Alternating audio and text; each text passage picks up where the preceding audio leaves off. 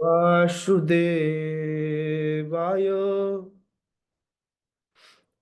ओम नमो भगवते वासुदेवाय। ओम नमो भगवते वासुदेवाय। नारायणं नमस्कृत्य नरं चैव नरोत्तमं देवीं सरस्वतीं व्यासं ततो जयमुदीरये। नष्टप्रायेषु अभद्रेषु नित्यं भागवत सेवया भगवती उत्तम श्लोके भक्तिर्भवति नैष्ठिकी। कृष्णाय वासुदेवाय देवकी नंदनाय च नंदगोपकुमाराय गोविन्दाय नमो नमः। ॐ अज्ञानतिमिरन्धस्य ज्ञानञ्जनशलाकया चक्षुरुन्मीलितं येन तस्मै गुरवे श्रीचैतन्यमनोभीष्टं स्थापितं येन भूतले स्वयं रूपः कदा मह्यं ददाति स्वपदान्तिकम्। वन्देऽहं श्रीगुरोः श्रीयुतपदकमलं श्रीगुरुन् वैष्णवांश्च श्रीरूपं साग्रजातं सहगण रघुनाथान्वितं तं सजीवं साद्वैतं सावधूतं परिजनसहितं कृष्ण चैतन्य देवं श्रीराधा कृष्ण पादान् सहगण ललिता श्री विशाखान्वितांश्च। हे कृष्ण करुणा सिंधु दीनबंधो जगतपते गोपेश गोपिका कांत राधा कांत नमोस्तुते। तप्त कांचन गौरांगी राधे वृंदावनेश्वरे वृषभानुसुते देवी प्रणमामि हरिप्रिये। वाञ्छाकल्पतरुभ्यश्च कृपा सिन्धुभ्येव च पतितानां पावनेभ्यो वैष्णवेभ्यो नमो नमः।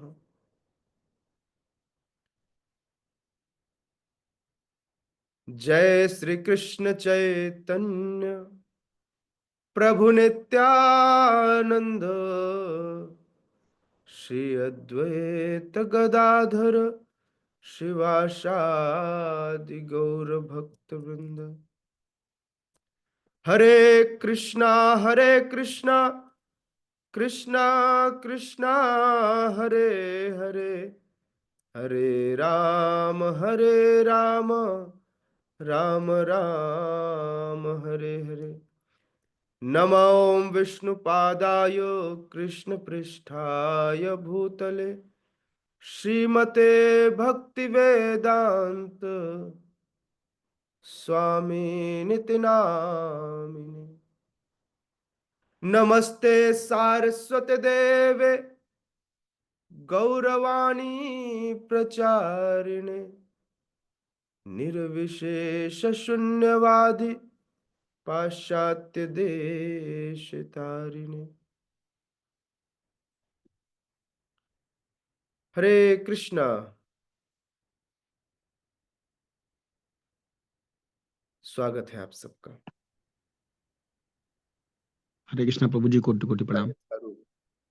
हरे कृष्ण। भगवत भगवत गीता गीता। हरे कृष्ण प्रभु जी, दंडवत प्रणाम। यथारूप। हरे कृष्ण प्रभु जी, दंडवत प्रणाम। धन्यवाद प्रणाम। श्रीमद् भगवत गीता यथारूप, जहां हम श्रवण कर रहे हैं अध्याय 4 से। इस अध्याय का शीर्षक है दिव्य ज्ञान। हमने गत दिनों में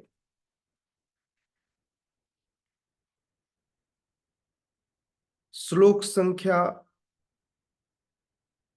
14 और 15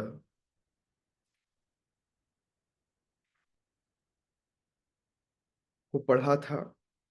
आज हम श्लोक संख्या 16 और उसके आगे पढ़ेंगे। उससे पहले मैं श्लोक संख्या 16 में पहुंचूं, उससे पहले यह जानना आवश्यक है कि अभी तक हमने क्या पढ़ा। दिव्य ज्ञान के मैंने कुल 6 हिस्से बताए थे। इन 6 हिस्सों में पहला हिस्सा श्लोक संख्या 1 से 4 तक, जो दिव्य ज्ञान की परंपरा को निरूपित करता है। श्लोक संख्या 5 से 10 तक भगवान श्री कृष्ण के अवतरण और उनके दिव्य स्वभाव को दिखाता है। श्लोक संख्या 11 से 15 तक कृष्ण सभी मार्गों में सृष्टि करता है। कृष्ण सभी मार्गों की पराकाष्ठा है, इस बात का वर्णन करता है। आज हम पहुंच रहे हैं श्लोक संख्या 16 पे। अब श्लोक संख्या 16 से 24 एक भाग होगा, और यह जो एक भाग है, यह 16 से 24 ज्ञान के स्तर पर कर्म को समझाएगा। अगला भाग जो है 16 से 24 तक, यह ज्ञान के स्तर पर कर्म को समझाएगा। तो आइए हम श्लोक संख्या 16 से आगे की ओर बढ़े। किंतु कल मैंने जो आप सबको बताया था, श्लोक संख्या 14 और 15 में मैंने बताया था कि भगवान किसी भी जीव के साथ भेदभाव नहीं करते। जीव अपने कर्मों के लिए स्वयं उत्तरदायी होता है। भगवान भौतिक प्रकृति के माध्यम से उन्हें विविध प्रकार की सुविधाएं प्रदान करते हैं, बिल्कुल उसी तरह से जिस प्रकार से वर्षा सभी बीजों पर पानी डालती है और बीज की क्वालिटी, बीज के रूप के आधार पर अलग अलग फसल, अलग अलग फल प्राप्त होते हैं। उसी प्रकार भगवान जीवों के कर्म के लिए, जीवों को कर्म करने के लिए प्रेरित करते हैं, लेकिन जीव अपनी पूर्व इच्छाओं के अनुसार अलग अलग प्रकार के कर्म करते हैं। आप देखेंगे मार्केट में या किसानों में अलग अलग प्रकार के फसल बोने की प्रवृत्ति है ना। भगवान ने सहायता कहाँ की? मिट्टी देने में, जमीन देने में और पानी देने में। सभी को समान रूप से बारिश करा के पानी दिया, सभी को मिट्टी दिया। अब किस्म आपकी कौन सी बीज की है, यह आपके ऊपर निर्भर करेगा। उस हिसाब से आपको फल प्राप्त होगा। श्लोक संख्या 15 में कल हम लोगों ने देखा कि जिस प्रकार से भगवान कह रहे हैं, जिस प्रकार से पूर्व में जो महाजन हुए, जो मुक्तात्मा थे, प्रभुपाद ने तात्पर्य में कहा कि ये, प्रभुपाद ने कहा कि भगवान जिन मुक्तात्माओं की बात कर रहे हैं ये सूर्य आदि हैं, जिनको वे करोड़ों वर्ष पूर्व यह नॉलेज दे चुके हैं। तो जो मुक्तात्मा है, वे लोग भगवान की दिव्य प्रकृति को पहले समझते हैं, और समझने के बाद उस प्रकृति के अनुरूप कार्य करते हैं।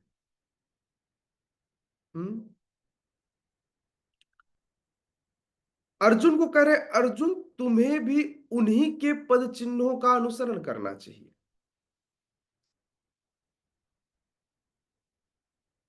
यह कहने के बाद कृष्ण कहते हैं कि व्यक्ति को पूर्ववर्ती जो प्रामाणिक भक्त हैं, जो मुक्तात्मा हैं, उनके उदाहरणों के अनुसार कर्म करना चाहिए। कृष्ण आगे अब समझाएंगे कि किसी के कर्म स्वतंत्र क्यों नहीं होने चाहिए। ज्ञान के स्तर पर कर्म समझेंगे, ठीक है। मैं क्या बोला, क्या समझाएंगे आगे भगवान? भगवान अर्जुन को अब यह समझाएंगे कि किसी के कर्म स्वतंत्र क्यों नहीं होने चाहिए। अब भगवान यह समझाएंगे, अर्थात ज्ञान के स्तर पे हम कर्म का वर्णन सुनेंगे। तैयार हैं आप सब श्लोक संख्या 16 से 24 के लिए? चलिए, तो ध्यान से श्रवण कीजिए कर्म की बारीकियों को। किम कर्मेति कवयोप्यत्र मोहिताः तत्ते कर्म प्रवक्ष्यामि यज्ञात्वा मोक्ष्यसे शुभात्।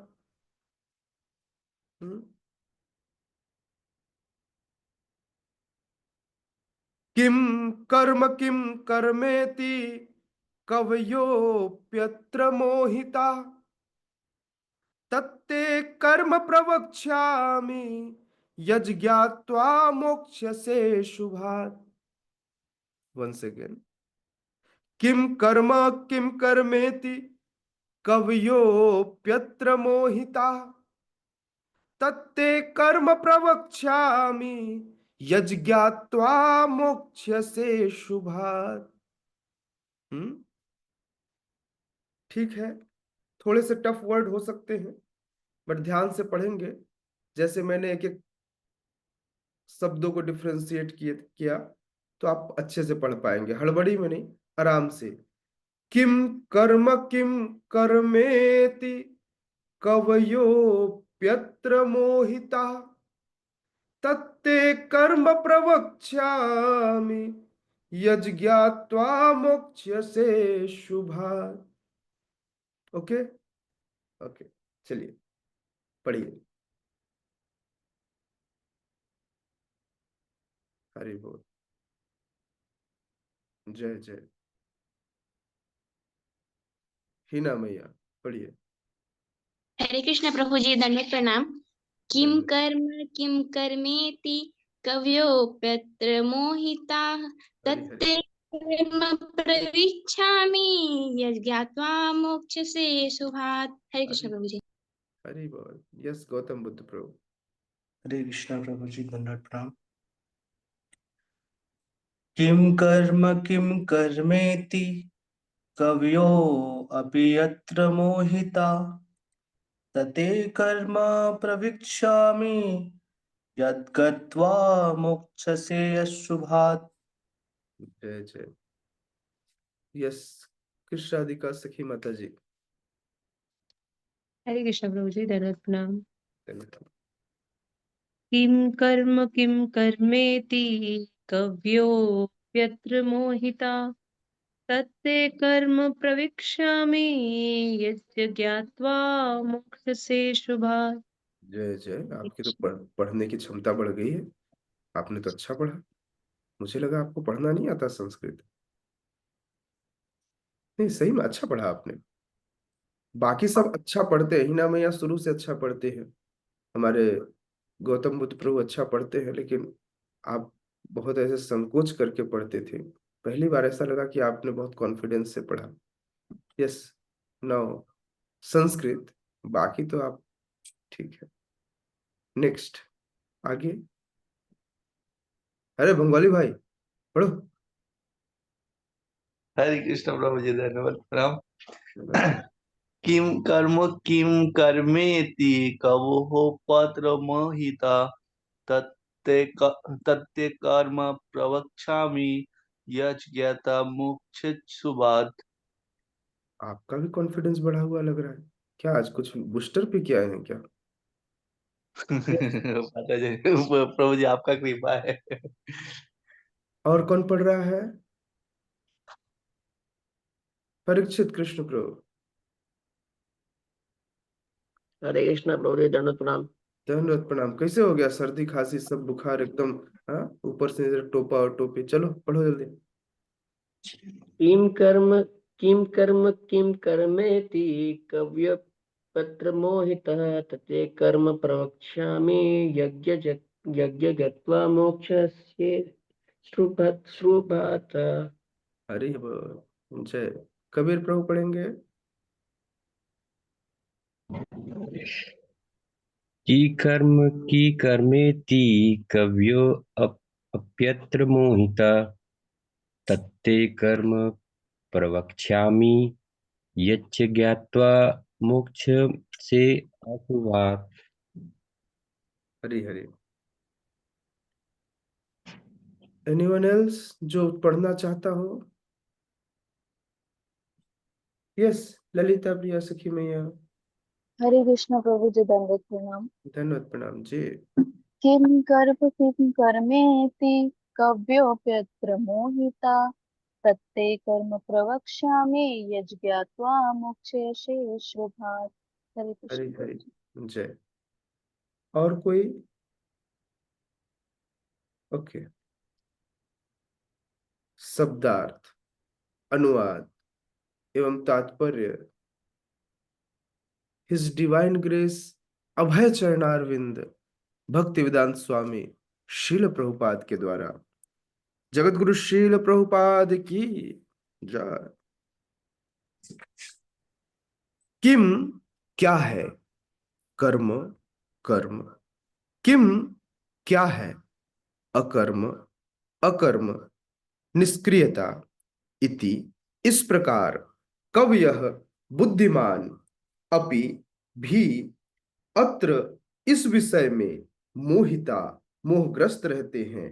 तत् वह ते तुमको कर्म कर्म प्रवक्ष्यामि कहूंगा यत जिसे ज्ञात्वा जानकर मोक्ष से तुम्हारा उद्धार होगा अशुभात अकल्याण से अशुभ से।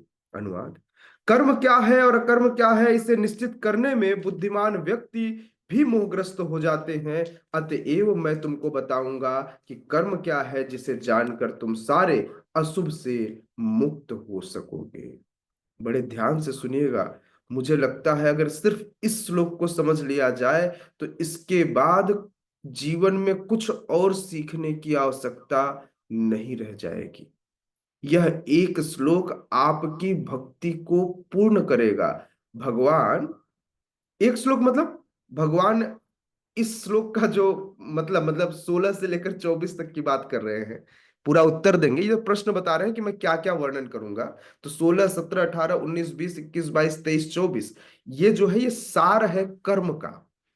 कर्म क्या करना चाहिए, क्या जानना चाहिए, कौन शुभ है कौन अशुभ है, इतना समझना है आपको। कर्म के पूरे फंडे समझ में आ जाएंगे। समझ में आया मैं क्या बोल रहा हूं? इसके बाद व्यक्ति कभी फंसेगा नहीं, परेशान नहीं होगा। राइट? ओके, चलिए आगे बढ़ते हैं। कृष्ण कह रहे हैं किम कर्म, कर्म क्या है? किम कर्मेति, किम किम अकर्म इति। तो अकर्म क्या है? कवय अपि अत्र मोहिता। यह जानने में कवय, कवय मतलब बड़ी बुद्धिमान व्यक्ति भी, कवि बड़ा बुद्धिमान होता है। कल कह रहे थे ना कबीर प्रभु, जहां न पहुंचे रवि वहां पहुंचे कवि। तो कवि क्या होता है? बड़ा बुद्धिमान होता है ना। तो इसे निश्चित करने में बुद्धिमान व्यक्ति भी क्या हो जाता है? मोहिता, मोहग्रस्त हो जाता है। तत्ते कर्म प्रवक्ष्यामि, इसलिए चिंता मत करो, मैं तुम्हें बताऊंगा। अर्जुन क्या बताएंगे? यज ज्ञात्वा मोक्ष से शुभात्। जिसे जानकर यज ज्ञात्वा मोक्ष से शुभात्, तुम सारे शुभ और अशुभ से मुक्त हो सकोगे, तुम सारे अशुभ से मुक्त हो जाओगे। क्या कह रहे हैं तात्पर्य में प्रभुपाद? कह रहे हैं कृष्ण भावनामृत में जो कर्म किया जाए वह पूर्ववर्ती प्रमाणिक भक्तों के आदर्श के अनुसार होना चाहिए, जिसका निर्देश इससे पहले के श्लोक 15 में किया गया है। ऐसे कर्म स्वतंत्र क्यों नहीं होने चाहिए, इसकी व्याख्या अगले श्लोक में करेंगे। कृष्ण भावनामृत में कर्म करने के लिए मनुष्य को उन प्रमाणिक पुरुषों के नेतृत्व का अनुगमन करना होगा जो गुरु परंपरा में है, जैसे कि इस अध्याय के प्रारंभ में कहा जा चुका है। कृष्ण भावनामृत पद्धति का उपदेश सर्वप्रथम सूर्यदेव को दिया गया था, जिन्होंने इसे अपने पुत्र मनु से कहा, मनु ने इसे अपने पुत्र इक्ष्वाकु से कहा, और यह पद्धति तब से इस पृथ्वी पर चली आ रही है। अतः परंपरा के पूर्ववर्ती अधिकारियों के पद चिन्हों का अनुसरण करना आवश्यक है, अन्यथा बुद्धिमान से बुद्धिमान मनुष्य भी कृष्ण भावनामृत के आदर्श कर्म के विषय में मोहग्रस्त हो जाते हैं। इसलिए फिर से बार बार यह शब्द जो कह रहा है ना, ये हमारे लिए है, ध्यान रखिएगा। इससे पहले श्लोक में भी कहा गया बुद्धिमान से बुद्धिमान व्यक्ति भी क्या हो जाता है, इसे समझने में मोहग्रस्त हो जाता है। ठीक है ना? किस बुद्धिमान व्यक्ति की बात कर रहे हैं? यहाँ जो बैठे हुए जो ये 20-22 लोग हैं, ये इन बुद्धिमान व्यक्तियों की बात की जा रही है। समझ में आ रहा है? कौन से बुद्धिमान व्यक्ति? जो यहाँ पर 20-22 लोग बैठे हुए हैं ना, ये सारे बुद्धिमान लोग हैं, इन्हीं की बात की जा रही है कि कभी कभी ये लोग भी मोहग्रस्त हो जाते हैं। उन्हें समझ में नहीं आता कि मैं सही मायने में कृष्ण भावनामृत कर्म कर रहा हूं अथवा नहीं। इसलिए मैंने कहा यह हम सबके लिए बहुत इंपॉर्टेंट है। 20-22 लोग मतलब आपके साथ मैं भी, ऐसा मत सोचिएगा मैं अपने आप को एक्सक्लूड करके चल रहा हूं, इंक्लूडिंग मी। हाँ, तो मैं कह रहा हूं कि ये सबसे ज्यादा जो चीजें वर्क करती हैं किसके ऊपर करती हैं? हमारे ऊपर करती हैं, है ना? क्योंकि हम ही अपने आप को क्या मानते हैं? हम ही लोग बुद्धिमान है। यजंती ही सुमेध स, तो हम लोग ज्यादा बुद्धिमान हो गए हैं, है ना? तो भगवान यहां पर हमें बताएंगे मोहग्रस्त व्यक्ति क्यों हो जाता है। श्रीला प्रभुपाद आगे लिखते हैं, कहते हैं इसलिए भगवान ने स्वयं ही अर्जुन को कृष्ण भावनामृत का उपदेश देने का निश्चय किया। अर्जुन को साक्षात भगवान ने शिक्षा दी, अतः जो भी अर्जुन के पद चिन्हों पर चलेगा वह कभी मोहग्रस्त नहीं होगा, वह कभी मोहग्रस्त नहीं होगा। कहा जाता है कि अपूर्ण प्रायोगिक ज्ञान के द्वारा धर्म पथ का निर्णय नहीं किया जा सकता। अपूर्ण प्रायोगिक ज्ञान के द्वारा धर्म पथ का निर्णय नहीं किया जा सकता।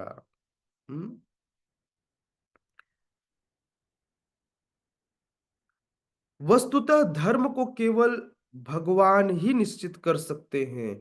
आप नहीं बता सकते कि धर्म क्या है। धर्म वह है धर्मम तु साक्षात भगवत प्रणीतम।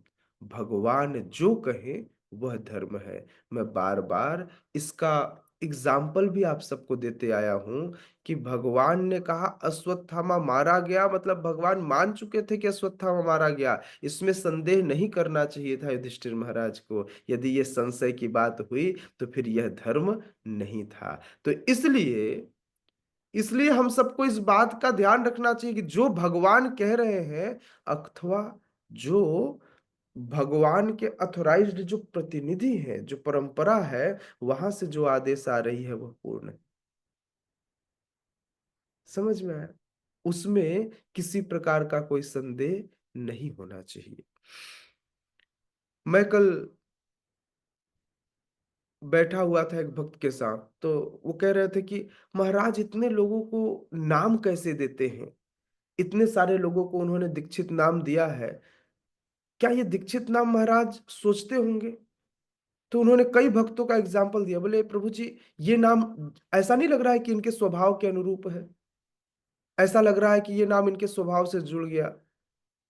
जरूर उनके हृदय में एक प्रेरणा आई होगी, भगवान ने प्रेरणा दी होगी, तब महाराज ने यह नाम दिया होगा। मैंने बोला हाँ, चीजें ऐसी ही है ना?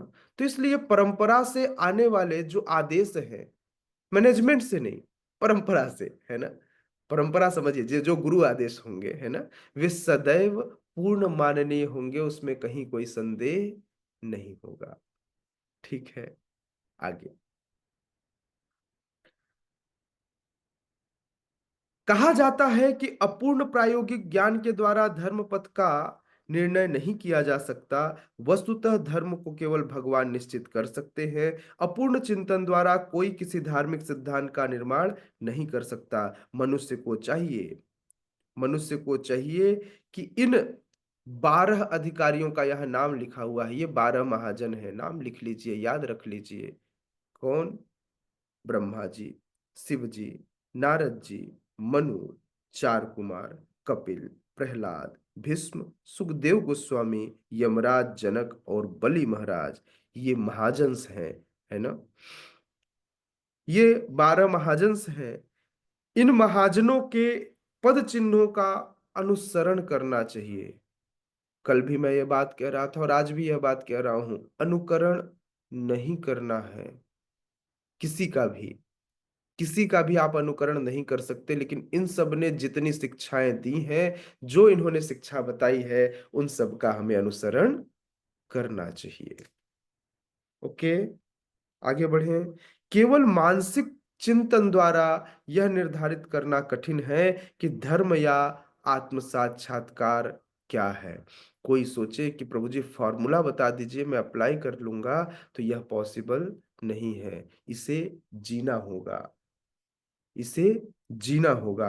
अतः भगवान जब अपने भक्तों पर अहेतु की कृपावश बताते हैं, जैसे कि अर्जुन को बता रहे हैं कि कर्म क्या है, अकर्म क्या है, तभी एक भक्त समझ पाता है। अथवा भगवान के भक्त बताते हैं, उनके प्रतिनिधि बताते हैं। केवल कृष्ण भावनामृत में किया गया कर्म ही मनुष्य को भव बंधन से उबार सकता है। अब ध्यान रखने की बात है, केवल कृष्ण भावनामृत में किया गया कार्य। कल मैंने आपसे पूछा था ना, कृष्ण भावनामृत कार्य क्या है? पूछा था ना? फिर से आज चलिए, इस शब्द को पढ़ने के बाद अब क्या समझ में आया, फिर एक एक शब्द में बताइए। कृष्ण भावनामृत में किया गया कर्म से क्या समझते हैं? कृष्ण भावनामृत में किए गए कर्म से आप क्या समझते हैं? प्रश्न फिर से दोहराता हूं, कृष्ण भावनामृत में किए गए कर्म से आप क्या समझते हैं? क्या आप कहना चाहेंगे कि यह कृष्ण, मतलब जो भी आप समझते हो कि यह कृष्ण भावनामृत कर्म? यस, गौतम बुद्ध प्रभु।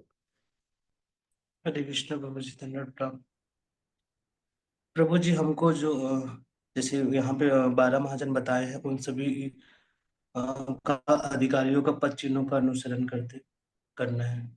गुड, यस माता जी।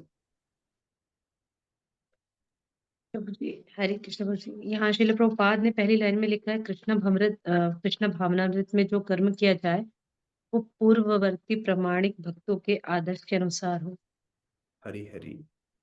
दूसरा, श्रील प्रभुपाद ने दूसरी लाइन दूसरे पैराग्राफ में दी है, कृष्ण भावनामृत में कर्म करने के लिए मनुष्य को उन प्रामाणिक पुरुषों के नेतृत्व का अनुगमन करना होगा। और तीसरा, प्रभु श्रील प्रभुपाद ने बताया है कि अपूर्ण चिंतन द्वारा कोई किसी धार्मिक सिद्धांत का निर्माण नहीं कर सकता है। मनुष्य को चाहिए कि वह इन 12 महाजनों को फॉलो करे। ठीक, तीनों का एक ही मतलब है ना। मतलब प्रभुपाद बार बार एक बात कह रहे हैं, इसका मतलब ये बहुत इंपॉर्टेंट है। यस, जो तीनों जगह आपने 3 जगह इंडिकेशन दिया, इन तीनों का एक ही मतलब है ना। तो इसका मतलब ये बहुत इंपॉर्टेंट है। यस, लेकिन अभी मेरा उत्तर मैं जो चाहता था वो नहीं मिला, क्योंकि मैं कुछ और भी चाह सकता हूँ ना, क्या करूँ? चाहने की तो इच्छा कुछ भी हो सकती, चाहत कुछ भी हो सकती। यस, कामना में।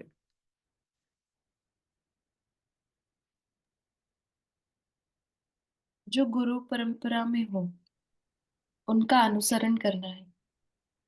जय जय, बढ़िया। और यस, और कुछ कह रहे गौतम बुद्ध प्रभु?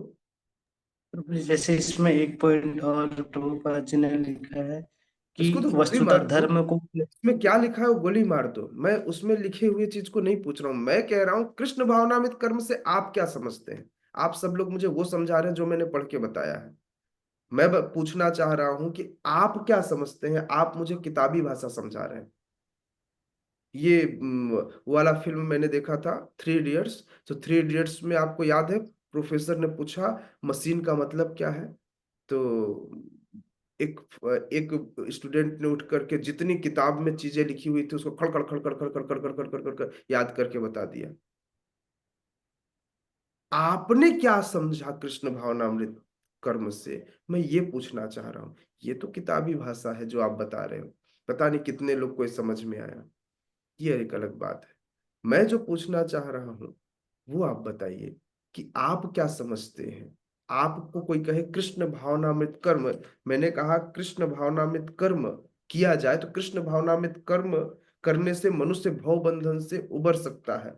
इस शब्द को एक्सप्लेन कीजिए। अंतिम लाइन है, केवल कृष्ण भावनामृत में किया गया कर्म ही मनुष्य को भव बंधन से उबार सकता है। यह इस प्रभुपाद के तात्पर्य का अंतिम लाइन है। इसका मतलब समझाइए। प्रभु जी, जहाँ ऐसे कार्य जो सभी कृष्ण को केंद्र में रख करके किए जाएं, सारी सेवाएं। वाह, जय हो, समझ में आ रहा है। यस, और कोई? हाँ, प्लीज कभी। हरे कृष्ण प्रभु जी। प्रयास करता हूँ प्रभु जी। जो जीवन के प्रथम सांस रहते हैं और अंतिम सांस रहते हैं, उसमें प्रभु का नाम होना चाहिए। जय जय। उसमें सब समाहित हो जाते हैं, भौतिक आध्यात्मिक हर कर्म। इसको भी एक्सप्लेन करेंगे। यस, विष्णु माला माता जी। हरे कृष्ण प्रभु जी, दंडवत प्रणाम। धन्यवाद।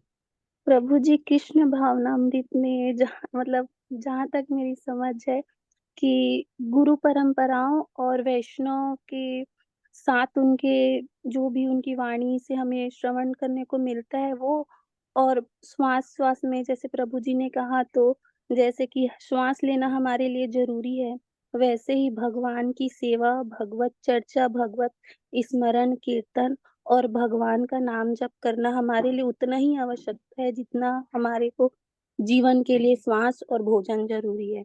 तो भोजन तो जरूरी है प्रभु जी, लेकिन यदि एक बार भोजन ना भी मिले तो भी इंसान रह सकता है, लेकिन एक भक्त भगवान के चर्चा और नाम के बिना नहीं रह सकता। तो हमें ये मार्ग पे चलना चाहिए। ओके, यस प्रीतम है। हरे कृष्णा प्रभु जी, दंडवत प्रणाम। प्रभु जी, जैसा कर्म, अकर्म और विकर्म है, इन तीनों में जो अकर्म होता है वो कृष्ण भावनामृत कर्म होता है, क्योंकि उसमें फल की इच्छा ना करते हुए भगवान श्री कृष्ण को सेंटर पॉइंट में रखते हुए हम कर्म को करते हैं। हरे जय। कृष्णा। यस, बंगाली भैया। प्रभु जी, हमें सारा कर्म कृष्ण के लिए करना चाहिए। जय। देखिए सबने कितना अच्छा अच्छा उत्तर दिया। यस, हिना मैया लास्ट। हाँ, हरे कृष्ण प्रभु जी, दंडवत प्रणाम। प्रभु जी, हमेशा जैसे कि आप बताते हो, एक बात है, भोक्तारम यज्ञ तपसाम सर्वलोक महेश्वरम, ऐसा आप हमेशा बताते हो। इसके हिसाब से हमें ये समझ के चलना चाहिए प्रभु जी कि भगवान सभी चीजों के स्वामी है, अर्थात हमें उनको सेंटर में रख के सारे काम करना चाहिए। जैसे मैं स्टूडेंट हूँ तो मुझे भगवान के लिए काम करना, पढ़ाई करना चाहिए। और अगर मैं खाना बना रही हूँ तो भगवान के लिए हो, सेवा में जाए। अगर मैं किसी भगवान के लिए फूल ला रही हूँ तो भगवान के चरणों में जाए, ऐसा सोच के हमें कार्य करना चाहिए। अगर मैं किसी की बात कर रही हूँ किसी से, तो भगवान के बारे में ही बात करूँ, कोई कथा सुन रही तो भगवान के बारे में ही चर्चा हो, ऐसा। पहली बार किसी ने उत्तर मेरे जैसा दिया है ना। मतलब मैं बहुत खुश इसलिए हुआ, एक्चुअली मैं इस चीज को पॉइंट आउट करना चाहता था, है ना। मैं, हालांकि मैं एग्जैक्ट ये नहीं कहना चाहता था, लेकिन ऐसा लगा कि किसी ने सुन करके मेरे अभिष्ट को समझा कि मैं क्या कहना चाह रहा हूँ, या फिर कई बार ऐसा होता है हृदय की बात मैच कर जाती है। तो हिना मैया ने ऐसा ही कहा, बाकी सबने भी सारे उत्तर सही थे, कहीं किसी उत्तर में कोई गड़बड़ी नहीं थी। बिल्कुल आपने जो कहे उसमें सारे लाइन सारी कुछ सब कुछ सही था। कबीर प्रभु ने बहुत अच्छा कहा, पहला सांस अंतिम श्वास कृष्ण के नाम से, तेरे नाम पे शुरू तेरे नाम पे खत्म। हाँ बिल्कुल, इसके लिए बीच में तैयारी करनी चाहिए, है ना। प्रभु माइक ऑफ कर लीजिए। हम तो इसके लिए क्या करनी होगी, तैयारी करनी होगी। जब आपको किसी को भी बोलना हो तो हैंड रेस करके बोलिएगा, तो मैं शांत हो जाऊंगा, तो फिर क्लैश नहीं होगा आवाज, है ना। तो ये बहुत अच्छा है कि इसके लिए तैयारी की जाए। अब मैं क्या कहना चाहता था, आप सबने गुरु परंपरा भी समझाया, आपने कहा कृष्ण केंद्र होने चाहिए। अब मैं इसको थोड़ा सा कुछ शब्दों में एक्सप्लेन करता हूं। यहां लिखा है, केवल कृष्ण भावनामृत में किया गया कर्म ही मनुष्य को भव बंधन से उबार सकता है। कृष्ण भावनामृत में किया गया कर्म वही है जो अभी आप सबने कहा। थोड़ा सा उल्टा चलते हैं।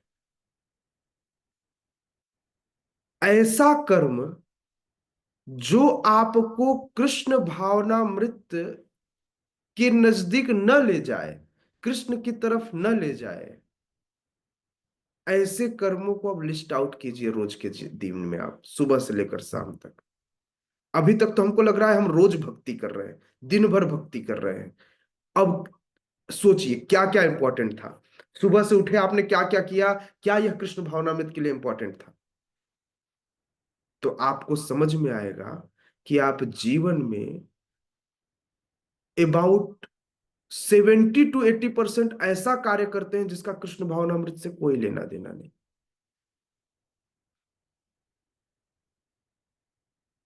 हमको ऐसा लग सकता है कि हम कृष्ण भावनामृत कार्य कर रहे हैं, लेकिन जब आप लिस्ट आउट करेंगे सुबह उठने से रात सोने तक का, तो आप देखेंगे उन सब चीजों में से ऐसी चीजों का, कुछ चीजें ऐसी हैं, कुछ चीजें मतलब 70 to 80% चीजें ऐसी हैं जिसका कृष्ण भावनामृत से कोई लेना देना नहीं है।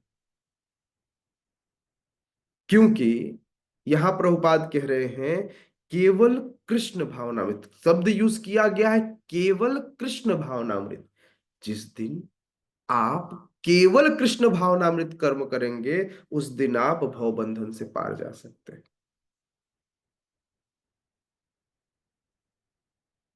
समझ में आया मैं क्या कहना चाह रहा हूं?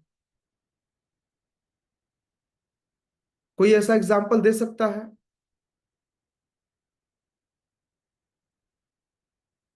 कल मुझे एक भक्त का मैसेज आया, प्रभु जी यहां लोग आपस में खूब गॉसिप करते हैं, उस गॉसिप का कृष्ण भावनामृत से कोई मतलब है?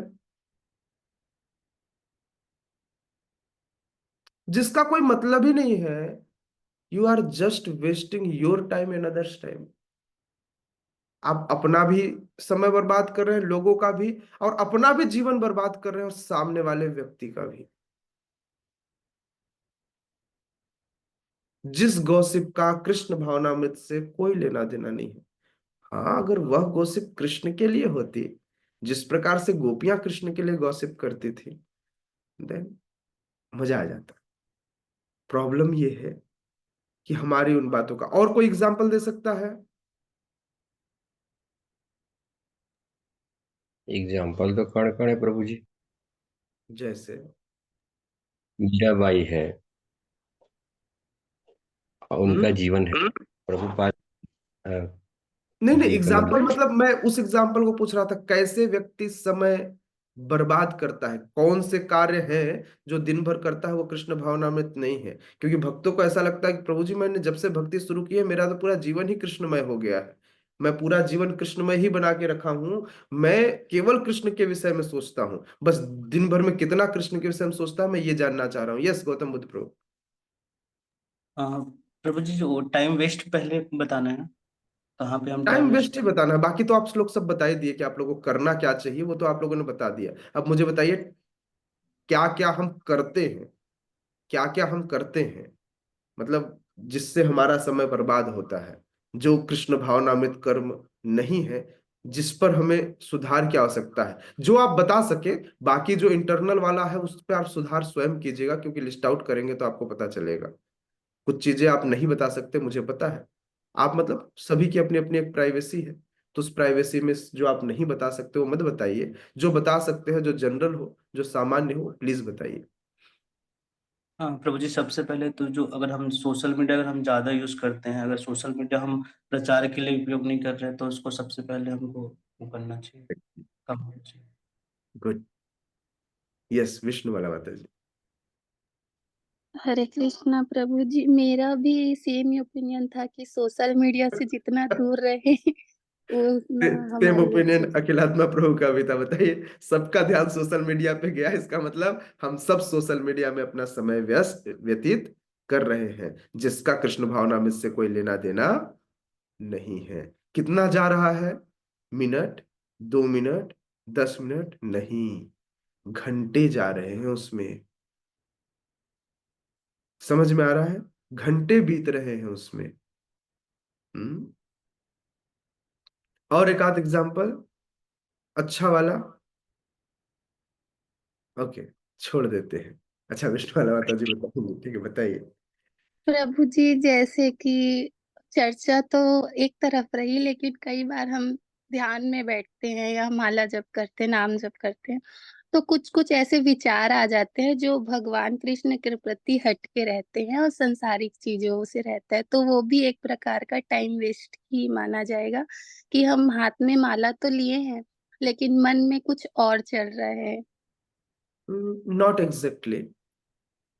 हाथ में माला लिए हैं, मुख में अगर कृष्ण का नाम है, अगर मनः व्यथा इधर उधर घूम भी रही है, तो भी बहुत परेशानी की बात नहीं है, क्योंकि मन का काम है भागना, और हमारा इंटेलिजेंस का काम है इंद्रियों को भगवान की सेवा में लगाना। ठीक है? तो यदि इंद्रियों को धीरे धीरे हम सेवा में लगाए रखेंगे, क्योंकि मन इतनी आसानी से कंट्रोल नहीं होता है, तो इसलिए बहुत इशू नहीं है। फिर भी एक हद तक मैं आपको गलत नहीं कह रहा हूं, इसलिए मैंने कहा नॉट एग्जैक्टली, पूरी तरह से नहीं, लेकिन मन अगर कॉन्सेंट्रेटेड हो, एकाग्र हो और भगवान की सेवा में लगे तो ये अति उत्तम होगा। लेकिन यह अभी बद्ध आत्माओं के लिए, कम से कम मेरे लिए तो संभव नहीं है। मेरे पास तो पूरे दुनिया के विचार आते हैं जब मैं माला करता हूं, तभी जितनी गंदगी होती है हृदय की सब बाहर आ जाती है, और वही वही इस चिंतन में रहता है। भगवान को तो शायद ही चिंतन कर पाता हूं, इसलिए सुनने पर और कहने पर कंसंट्रेट करते हैं। इसलिए माइंड को हम एक किनारे कहते हैं, तेरे को जो सोचना है वो सोच, हम जप कर लेंगे। वो अपना सोचते रहे और हम अपना जप कर लें, है ना? तो वी जी have to prabhu. Differentiate with your mind and your self.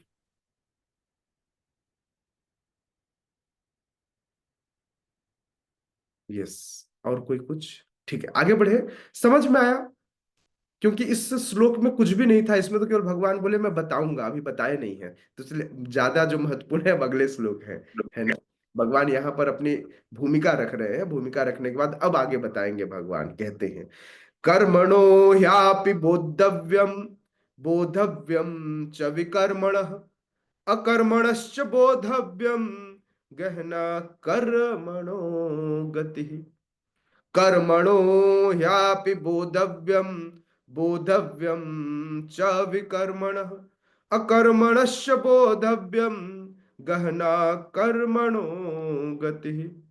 कर्मणो ह्यापि बोधव्यम, बोधव्यम च विकर्मणः, अकर्मणश्च बोधव्यम, गहना कर्मणो गतिः।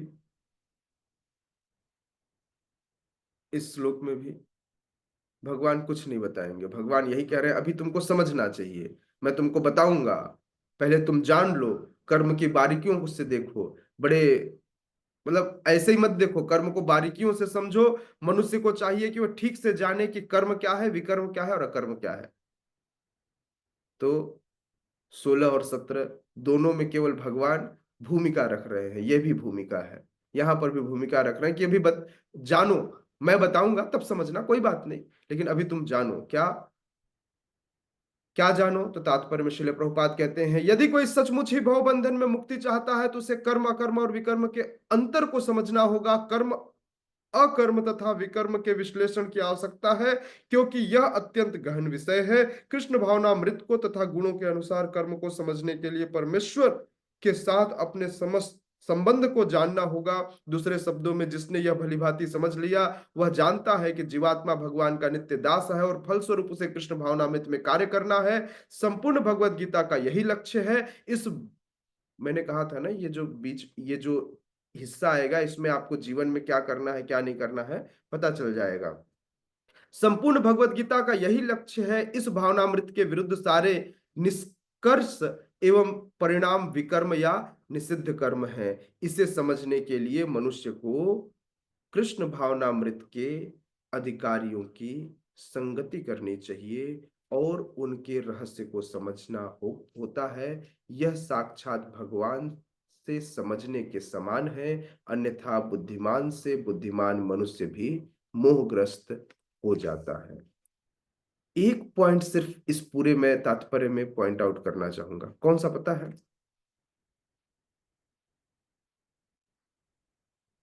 अगर आप पूरे इस तात्पर्य में एक पॉइंट बताना चाहते तो क्या बताते? बताइए, एक पॉइंट पूरे तात्पर्य को जो हमने पढ़ा, इससे एक पॉइंट।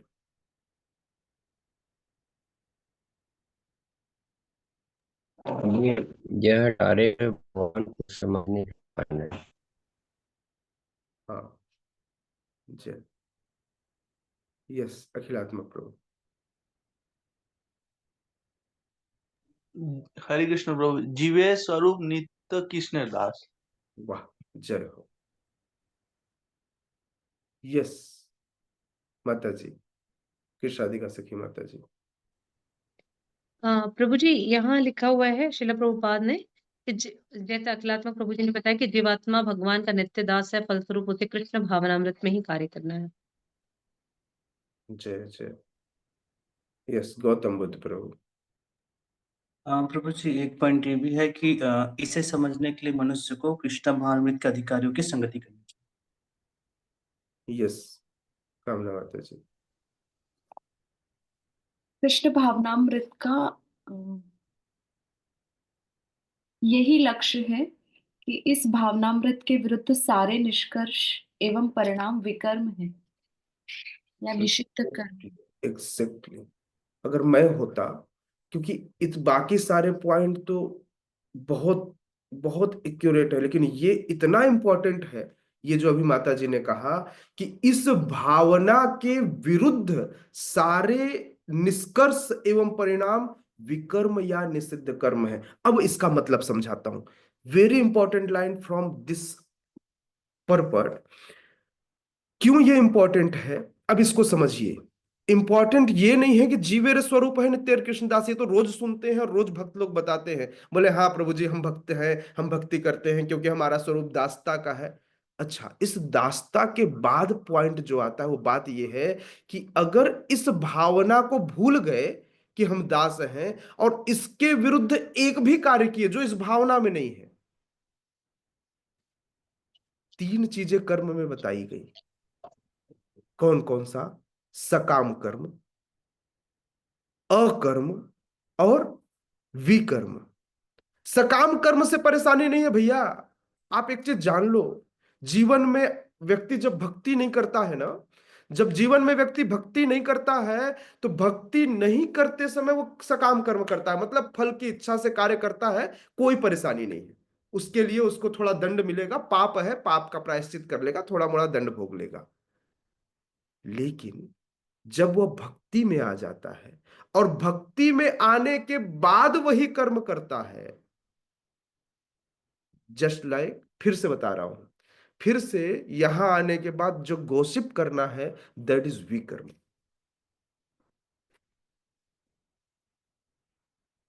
मैंने क्यों इसे इंपॉर्टेंट कहा? भगवान कह रहे हैं इस भावना मृत के विरुद्ध सारे निष्कर्ष और परिणाम विकर्म है या निषिद्ध कर्म है।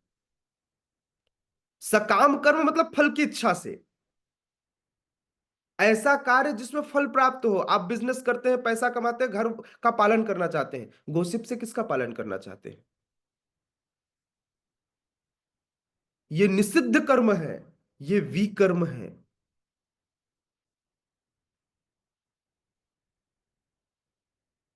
समझ में आ रहा है मैं क्या कह रहा हूं? क्यों ये इंपॉर्टेंट है? कृष्ण भावनामृत के विज्ञान में कुछ बारीकियों को समझना बहुत जरूरी है। लोगों को लगता है ठीक है प्रभु जी, हमने भगवत गीता पढ़ लिया, हम जानते हैं सकाम कर्म क्या है, अकर्म क्या है, विकर्म क्या है। हो सकता है आप जानते हो, लेकिन आप ये नहीं जानते। मैंने इसलिए दोनों समय पर दोनों, इससे पहले वाले तात्पर्य में भी मैंने उसके उल्टे में जाने की बात कही और यहां पर भी मैं उल्टा ही चल रहा हूं, इसलिए मैंने उल्टे वाले शब्द को ज्यादा महत्वपूर्ण माना। जब व्यक्ति इस भावनामृत में कार्य नहीं करता तो उसके सारे निष्कर्ष और परिणाम, जो कंक्लूजन है, जब इस भावना में नहीं है तो वह क्या है? निषिद्ध कर्म होगा। ये भक्तों के लिए है, ये आप लोगों के लिए है, मेरे लिए है, हम सब के लिए है। उनके लिए नहीं है जो बाहर काम कर रहे हैं, क्योंकि उनके वो सकाम कर्मी है।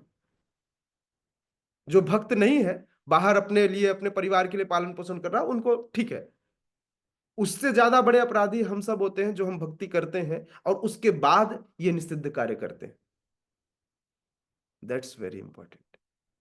समझ में आया? इसलिए इस लाइन को कृपया हाईलाइट कीजिए, इस लाइन को लिखिए कि इस भावनामृत, इस भावनामृत मतलब कृष्ण भावनामृत, इसको इस मत रहने दीजिएगा, उसको कृष्ण लिख लीजिएगा, क्योंकि जब आप ऐसा लिखेंगे इस भावनामृत तो फ्यूचर में जब पढ़ेंगे तो आपको समझ में नहीं आएगा। तो उसको लिखिए कृष्ण भावना, अगर कॉपी में लिख रहे हैं तो ऐसा लिखिए कि कृष्ण भावनामृत के विरुद्ध सारे निष्कर्ष एवं परिणाम विकर्म या निषिद्ध कर्म है। इस का मतलब है इससे पहले भगवान कृष्ण भावनामृत कह चुके हैं, इसलिए यहां पर केवल उसको यूज कर रहे हैं। तो उसको इस कह रहे हैं। जैसे मैं किसी का नाम लूं और बाद में कहूं तुमने, तो ये बिल्कुल उस तरह से है। भगवान कह रहे हैं इसने, मतलब किसको छोड़कर? बोले कृष्ण भावनामृत भावना को छोड़कर। ठीक है, ओके। नेक्स्ट वन, श्लोक नंबर 18।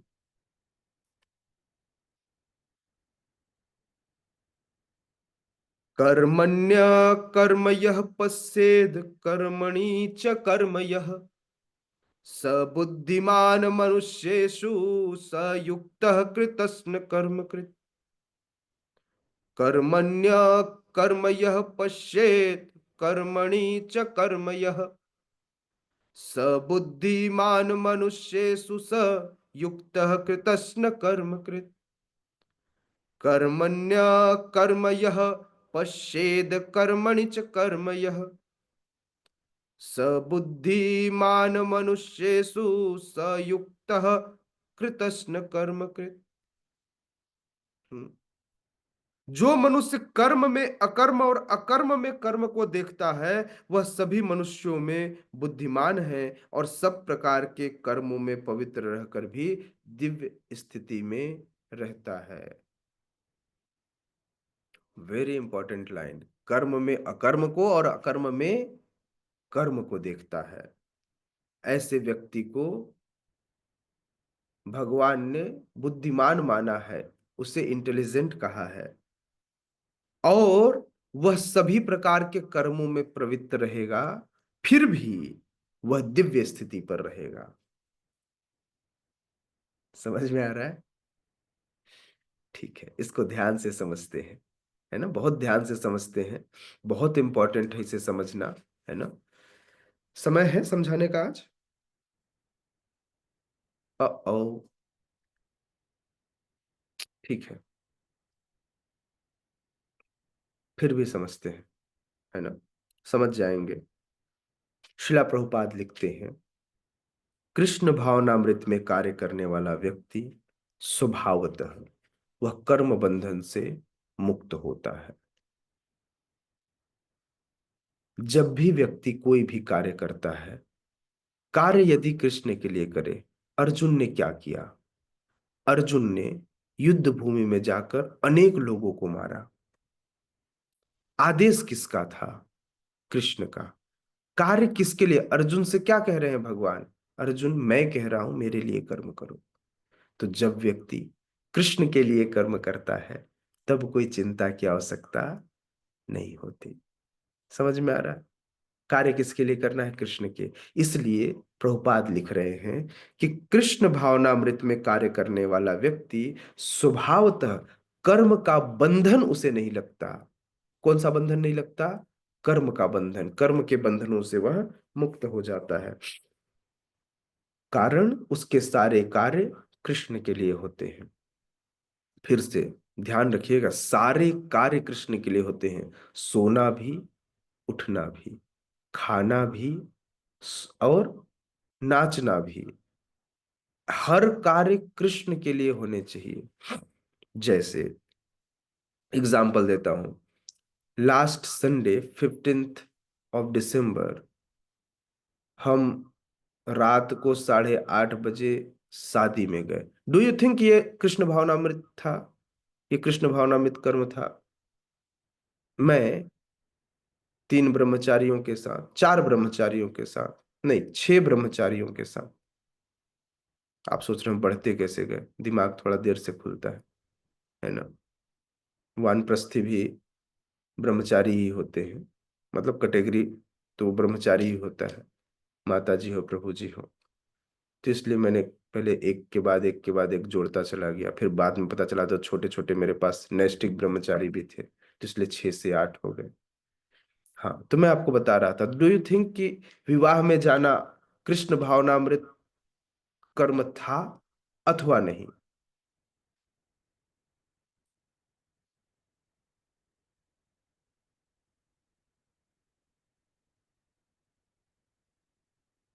क्या विचार रखती हैं हमारी मधुनंदी मैया? क्या कहेंगे इस पे? माइक ऑन करके मुझे बताइए कि हरे कृष्ण प्रभु। हरे कृष्ण में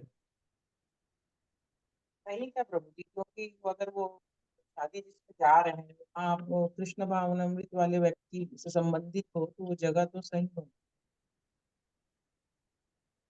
कृष्ण भावनामृत कर्म था? हाँ, अगर वहाँ मतलब भगवान कृष्ण के इसमें चलने वाले मतलब काम होते हो तो कंडीशनल, ओके। मैया कह रही हैं कि ये कंडीशनल है प्रभु जी, ये डिपेंड करता है, ये हो भी सकता है और नहीं भी हो सकता, ये इस बात पर निर्भर करेगा कि वहां कंडीशन क्या है, या फिर यस। थैंक यू मैया, थैंक यू सो मच, बहुत एक्यूरेट बात कहने के लिए। और कोई कुछ कहना चाहे, कुछ ऐड करना चाहेगा? वैसे ऐड करने के लिए कुछ नहीं छोड़ा मैया ने, बहुत एक्यूरेट आंसर उन्होंने दिया है। यदि वहां जाना किसी के भक्त के कृष्ण भावनामृत जीवन में वृद्धि के लिए था, तो इवन दो ब्रह्मचारी का उस विवाह में जाना भी कृष्ण भावनामृत कर्म का एक पार्ट है। डिपेंड करता है ना, ये सिचुएशन सिचुएशन पर डिपेंड करेगा। क्या ये मेरे लिए जरूरी था? नहीं, ये मेरे लिए जरूरी नहीं था, लेकिन मेरे प्रचार के लिए जरूरी था, जो मुझे सेवा मिली है, इसलिए ये इंपॉर्टेंट था। पर्सनली मेरे लिए कोई आवश्यकता नहीं थी, लेकिन मेरे लिए आवश्यक इसलिए था क्योंकि मैं एक प्रचारक हूं, और प्रचारक की भूमिका के आधार पे इस कृष्ण भावनामृत के लिए वह जरूरी था। ठीक है, समझ में आया?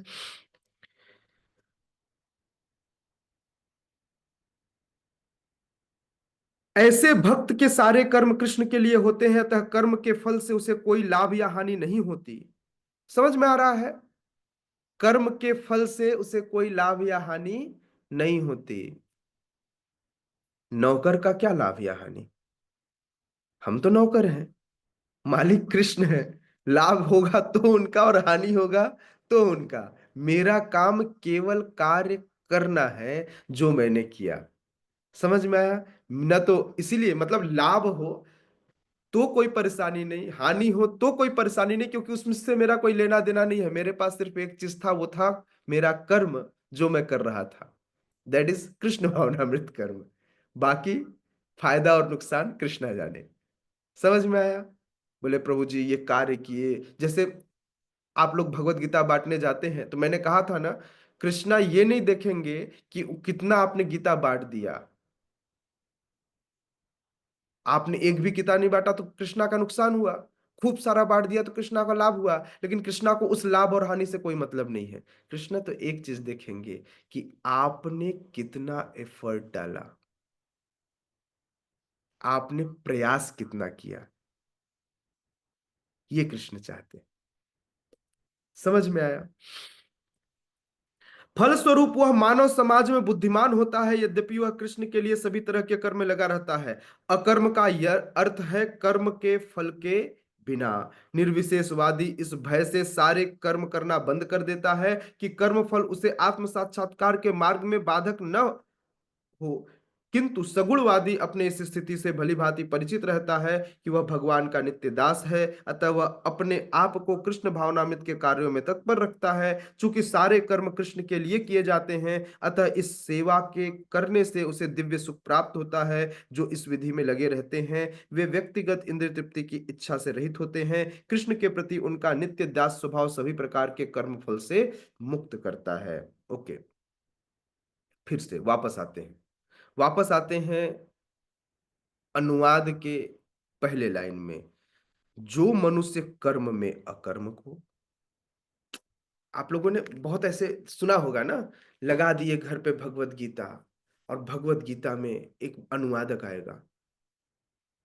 जो व्यक्ति कर्म में अकर्म को और अकर्म में कर्म को देखता है, हाँ ऐसे ही आएगा ना, बढ़िया। जैसे मशीन चलता रहेगा तो कैसे बोलेगा? आप लोगों के लिए लगेगा अरे यार भगवत गीता चल रहा है, भगवत गीता का यह है। क्या बोलेगा?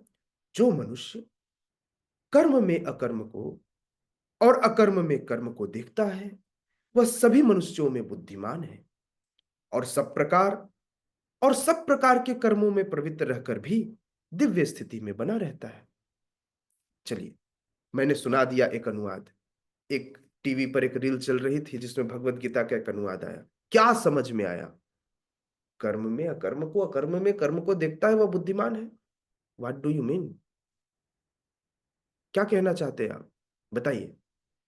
अनुवाद भी पढ़ लिए, तात्पर्य भी पढ़ लिए, इस शब्द का मतलब समझाइए। कर्म में अकर्म को और अकर्म में कर्म का मतलब क्या है? सारे भगवत गीता पढ़ने वाले लोग बताओ, जो 2 बार 4 बार 10 बार पढ़ चुके हो, इसका मतलब समझाओ भाई। मेरे को नहीं समझ में आया, मैं गधा व्यक्ति, इतनी बार पढ़ने के बाद भी कुछ ना समझ में आया, फिर भी बैठ के पढ़ रहा हूं। बताओ मुझे, कर्म में अकर्म और अकर्म में कर्म क्या है?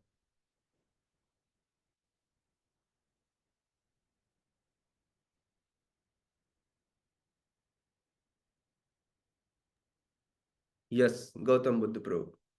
प्रभु जी पता नहीं सही बोलूंगा नहीं, लेकिन प्रयास करता हूँ प्रभु जी। हाँ बिल्कुल, प्रयास ही करना है। हम सब प्रयास ही तो कर रहे हैं। प्रयास, मैंने कहा ना, कृष्णा क्या देखेंगे? फल से कोई मतलब उनको नहीं है। क्या देखेंगे?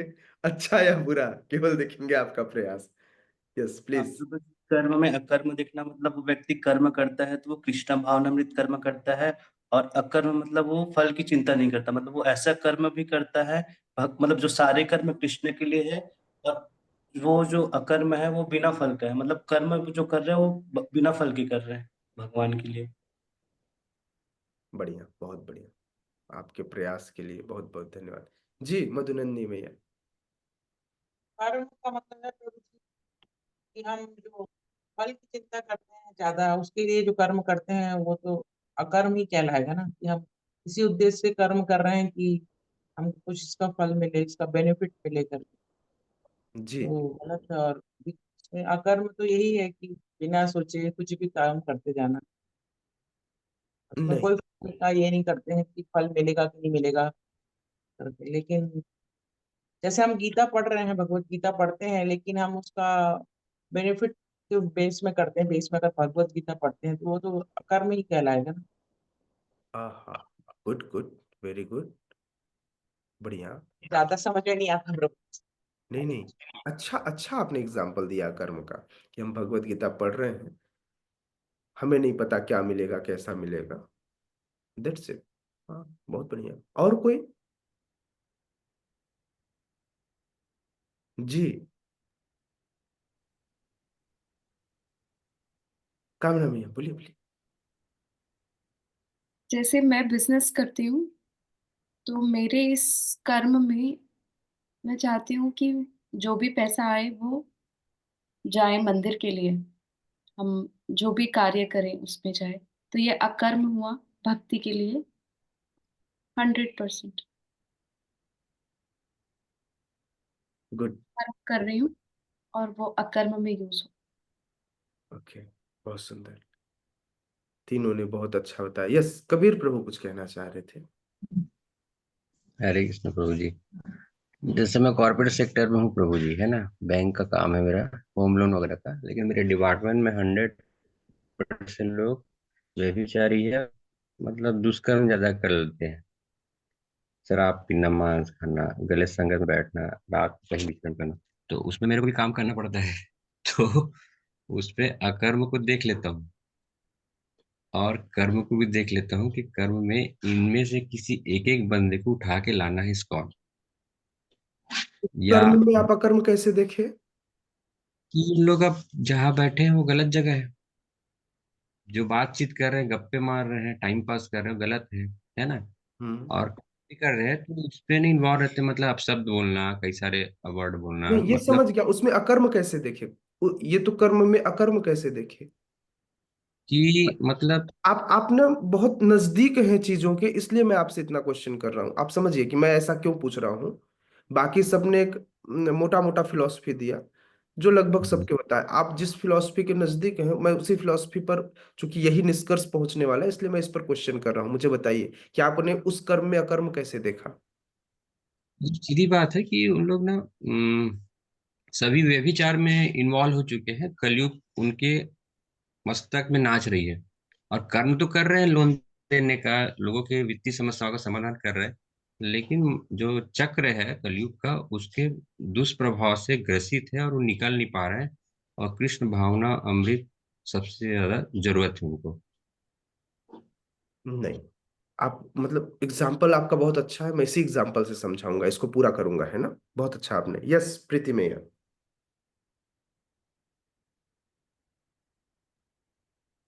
हरे कृष्णा प्रभु जी, दंडवत प्रणाम।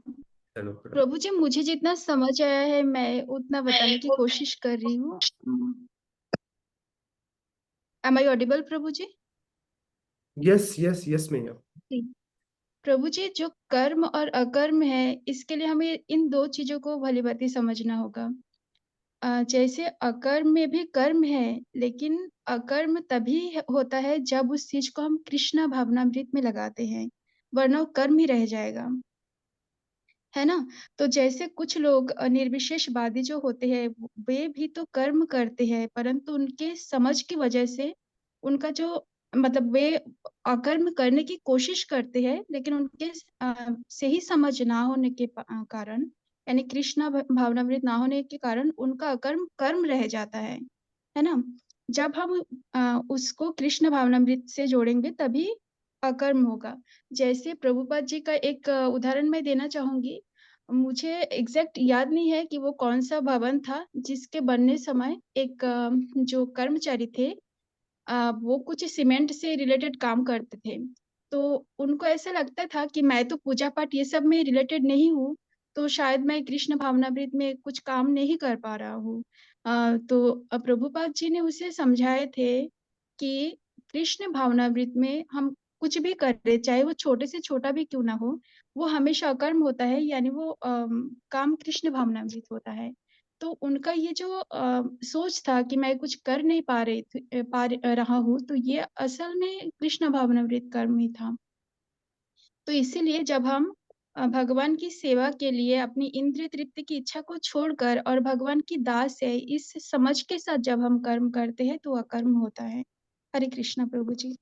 Good good good, very good. बहुत अच्छा है ना, प्रीति मैया ने बहुत अच्छा एक्सप्लेन किया। अब इसको ना दूसरे शब्दों में समझते हैं, है ना।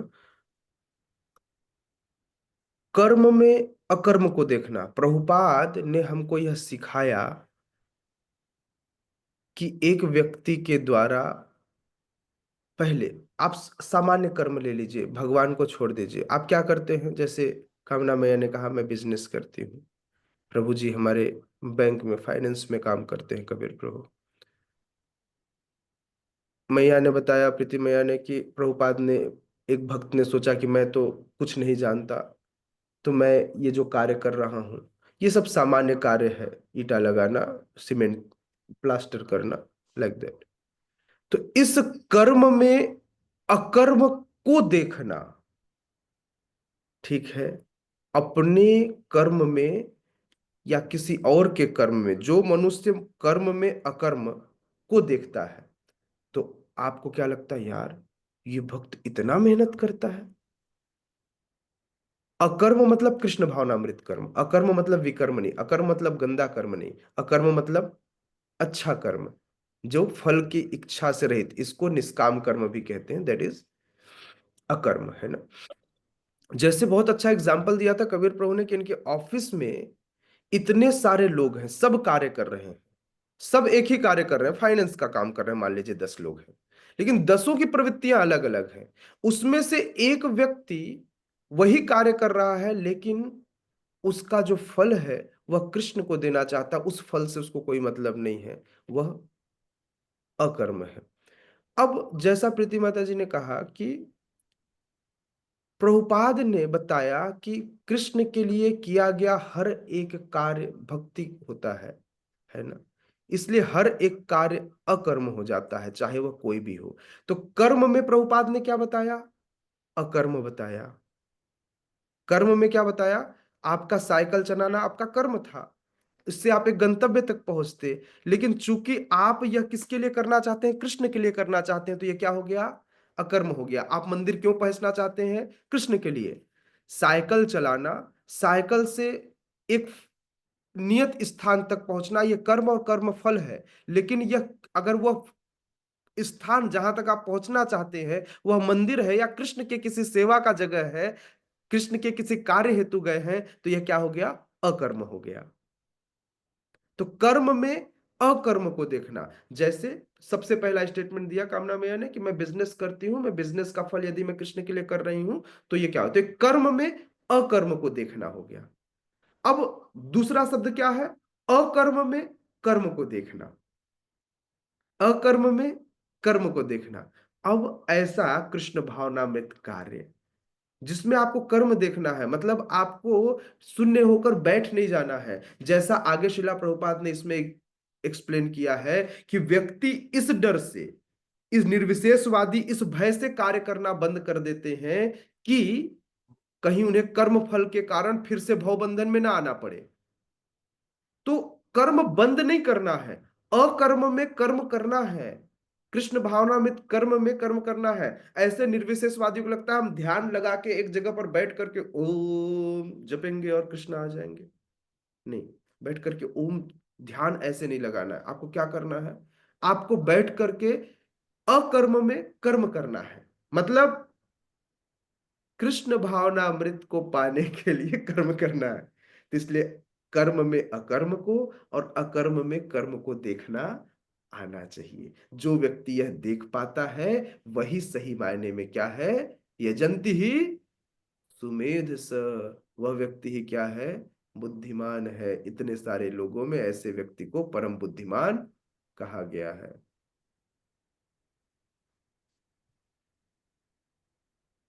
समझ में आई आप मनला? नहीं आई? समझ गए हो ना? ओके।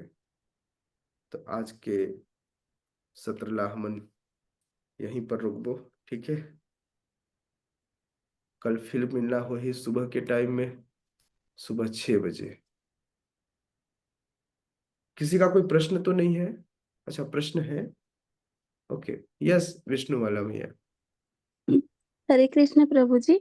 मैया जी। जी, हमने अभी श्रवण किया 4.16 में जैसा आपने बताया प्रभु जी। तो मेरा एक क्वेश्चन है भागवतम से रिलेटिव कि जी उसमें जी मेरे को थोड़ा समझ मतलब याद नहीं आ रहे हैं, जी तो प्रभु जी मार्गदर्शन करें कि जो जब अजामिल थे, जब उनको मतलब यमदूत और भगवान के पार्षद पार्षद के दर्शन हुए, तो यमराज ने 12 महापुरुष के नाम बताए थे जो भगवान के बारे में जानते हैं।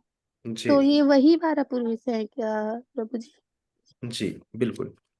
एकदम करेक्ट है ना प्रभु जी? यही 12 पुरुष है ना? 1 2 3 4 5 6 7 8 9 10 11 और 12 एग्जैक्ट है मैया।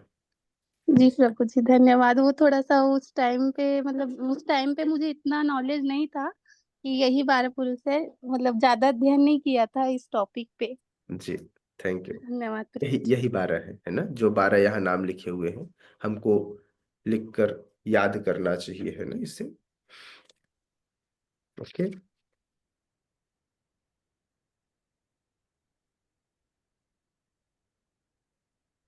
यही 12 है, यही 12 महाजन है जिनके बारे में बात की जा रही है। और किसी का कोई प्रश्न नहीं है? Thank you so much. Hare Krishna. Jagat Guru Srila Prabhupada की जय। श्रीमद् भगवद गीता यथारूप की जय। उपस्थित गौर भक्त वृंद की जय। निताय निताय गौर प्रेमानंदे। हरि हरि बोल।